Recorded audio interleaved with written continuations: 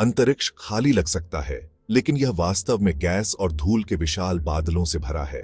इन बादलों को आणविक बादल कहा जाता है। ये तारों के जन्मस्थान हैं। आणविक बादल ज्यादातर हाइड्रोजन और हीलियम से बने होते हैं, जो ब्रह्मांड में सबसे आम तत्व हैं। इनमें कार्बन, ऑक्सीजन और सिलिकॉन जैसे भारी तत्व भी कम मात्रा में होते हैं। ये तत्व ग्रहों और यहां तक कि जीवन के निर्माण के लिए भी महत्वपूर्ण हैं। आसपास के अंतरिक्ष की तुलना में आणविक बादल ठंडे और घने होते हैं। ये उन्हें तारा निर्माण के लिए आदर्श स्थान बनाता है। इन बादलों के भीतर गुरुत्वाकर्षण धीरे धीरे गैस और धूल को एक साथ खींचता है। लाखों वर्षों में ये बादल विशाल हो सकते हैं, कुछ सैकड़ों प्रकाश वर्ष तक फैले हुए हैं। आणविक बादल के भीतर घनत्व एक समान नहीं होता है। कुछ क्षेत्र दूसरों की तुलना में सघन है। ये सघन जेबें, जिन्हें कोर कहा जाता है, वह जगह है जहां तारा निर्माण शुरू होता है। कोर अविश्वसनीय रूप से ठंडे होते हैं, जिनका तापमान -263 डिग्री सेल्सियस या -441 डिग्री फ़ारेनहाइट के आसपास होता है। यह ठंडा वातावरण अणुओं को एक साथ गुच्छे बनाने की अनुमति देता है, जिससे तारों के जन्म का चरण तैयार होता है। आणविक बादलों के घने कोर के भीतर गुरुत्वाकर्षण हावी होने लगता है। यह गैस और धूल के कणों को एक दूसरे की ओर अथक रूप से खींचता है। जैसे ही कोर ढहता है, यह छोटे छोटे गुच्छों में बिखर जाता है। प्रत्येक झुंड अपने स्वयं के गुरुत्वाकर्षण के तहत ढहता रहता है। आणविक बादल कोर का पतन एक धीमी और स्थिर प्रक्रिया है। इसमें हजारों साल लग सकते हैं। जैसे जैसे झुंड ढहता है, यह गर्म होता जाता है। ऐसा इसलिए है क्योंकि गैस और धूल की गुरुत्वाकर्षण संभावित ऊर्जा को तापीय ऊर्जा में बदल दिया जाता है। जैसे जैसे कोर सिकुड़ता है, उसका घनत्व बढ़ता जाता है। यह गुरुत्वाकर्षण की गति को और तेज करता है, पतन को और तेज करता है।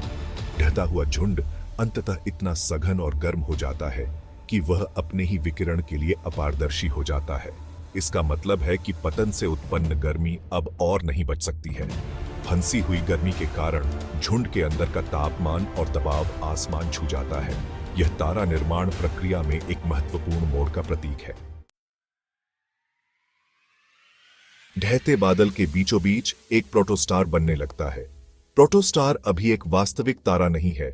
यह अभी भी द्रव्यमान एकत्रित कर रहा है और अपने मूल में हाइड्रोजन का संलयन शुरू नहीं किया है।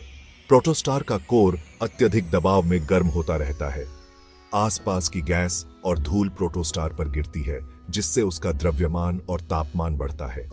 प्रोटोस्टार गैस और धूल की एक घूमती हुई डिस्क से घिरा होता है, जिसे अभिवृद्धि डिस्क कहा जाता है। अभिवृद्धि डिस्क में सामग्री अंदर की ओर घूमती है, बढ़ते हुए प्रोटोस्टार को खिलाती है। जैसे जैसे अधिक सामग्री प्रोटोस्टार पर गिरती है, उसका गुरुत्वाकर्षण खिंचाव मजबूत होता जाता है। यह आसपास के बादल से और भी अधिक गैस और धूल को आकर्षित करता है। प्रोटोस्टार का तीव्र गुरुत्वाकर्षण क्षेत्र भी मजबूत चुंबकीय क्षेत्र उत्पन्न करता है। ये क्षेत्र प्रोटोस्टार पर सामग्री के प्रवाह को प्रभावित कर सकते हैं। वे प्रोटोस्टार के ध्रुवों से गैस के शक्तिशाली जेट भी लॉन्च कर सकते हैं। प्रोटोस्टार का विकास अभिवृद्धि की प्रक्रिया द्वारा फ्यूल्ड है। अभिवृद्धि वह प्रक्रिया है जिसके द्वारा आसपास की डिस्क से सामग्री प्रोटोस्टार पर गिरती है। यह प्रक्रिया अराजक और हिंसक हो सकती है। अभिवृद्धि डिस्क में सामग्री प्रोटोस्टार पर समान रूप से नहीं गिरती है। इसके बजाय यह गुच्छे और धाराएं बनाता है, जो एक दूसरे और प्रोटोस्टार से टकराते हैं। ये टकराव सदमे तरंगें उत्पन्न करते हैं, जो गैस और धूल को गर्म करती है। गर्म सामग्री विकिरण का उत्सर्जन करती है, जिसे दूरबीनों द्वारा देखा जा सकता है। ये विकिरण खगोलविदों को प्रोटोस्टार के विकास और विकास के बारे में बहुमूल्य जानकारी प्रदान करता है। जैसे जैसे प्रोटोस्टार अधिक सामग्री प्राप्त करता है, उसका कोर गर्म होता रहता है। कोर पर तापमान और दबाव अंततः इतना अधिक हो जाता है कि परमाणु संलयन प्रज्वलित हो जाता है। यह वह प्रक्रिया है जिसके द्वारा हाइड्रोजन परमाणु आपस में मिलकर हीलियम बनाते हैं, जिससे भारी मात्रा में ऊर्जा निकलती है। खंड 5 तारकीय नखरे टीटॉरी चरण। जैसे ही प्रोटोस्टार अपने अभिवृद्धि चरण के अंत के करीब पहुंचता है, यह टीटॉरी चरण के रूप में जानी जाने वाली तीव्र गतिविधि की अवधि में प्रवेश करता है। यह चरण मजबूत तारकीय हवाओं और प्रोटोस्टार के ध्रुवों से निकलने वाले गैस के शक्तिशाली जेट की विशेषता है। ये प्रकोप प्रोटोस्टार के चुंबकीय क्षेत्रों द्वारा संचालित होते हैं। टी टॉरी चरण प्रोटोस्टार के लिए महत्वपूर्ण द्रव्यमान हानि का समय है। तेज हवाएं और जेट प्रोटोस्टार की बाहरी परतों के एक महत्वपूर्ण हिस्से को बहा ले जाते हैं। यह द्रव्यमान हानि तारे के अंतिम द्रव्यमान को प्रभावित कर सकती है। टी टॉरी चरण एक प्रोटोस्टार से एक पूर्व मुख्य अनुक्रम तारे में संक्रमण का प्रतीक है। प्रोटोस्टार का कोर अब इतना गर्म है कि परमाणु संलयन को बनाए रख सके। हालांकि यह अभी तक स्थिर नहीं है, यह अभी भी अपनी चमक और तापमान में उतार चढ़ाव का अनुभव करता है। खंड 6 वयस्कता तक पहुंचना, मुख्य अनुक्रम आगमन। लाखों वर्षों के विकास के बाद प्रोटोस्टार अंततः संतुलन की स्थिति में पहुंच जाता है। इसके मूल में परमाणु संलयन से बाहर की ओर दबाव गुरुत्वाकर्षण के आवक खिंचाव को संतुलित करता है। इस बिंदु पर तारा आधिकारिक रूप से मुख्य अनुक्रम में प्रवेश करता है। मुख्य अनुक्रम एक तारे के जीवन का सबसे लंबा और सबसे स्थिर चरण है। हमारा अपना सूर्य एक मुख्य अनुक्रम तारा है। यह लगभग 4.5 अरब वर्षों से अपने मूल में हाइड्रोजन को हीलियम में मिला रहा है। हालांकि मुख्य अनुक्रम किसी तारे के जीवन का अंत नहीं है, यह तो बस एक नए अध्याय की शुरुआत है। एक तारा मुख्य अनुक्रम पर कितना समय व्यतीत करता है, यह उसके द्रव्यमान पर निर्भर करता है। बड़े पैमाने पर तारे कम द्रव्यमान वाले तारों की तुलना में अपने ईंधन को बहुत तेजी से जलाते हैं। हमारा सूर्य अपने हाइड्रोजन ईंधन को समाप्त करने और एक लाल विशालकाय तारे के रूप में विकसित होने से पहले एक और 5 अरब वर्षों तक चमकता रहेगा। खंड 7 गुरुत्वाकर्षण की पकड़, सितारों का वास्तुकार। तारों के निर्माण में गुरुत्वाकर्षण एक मौलिक भूमिका निभाता है। यह आणविक बादलों के पतन के पीछे प्रेरक शक्ति है। गुरुत्वाकर्षण के बिना तारे कभी नहीं बनेंगे।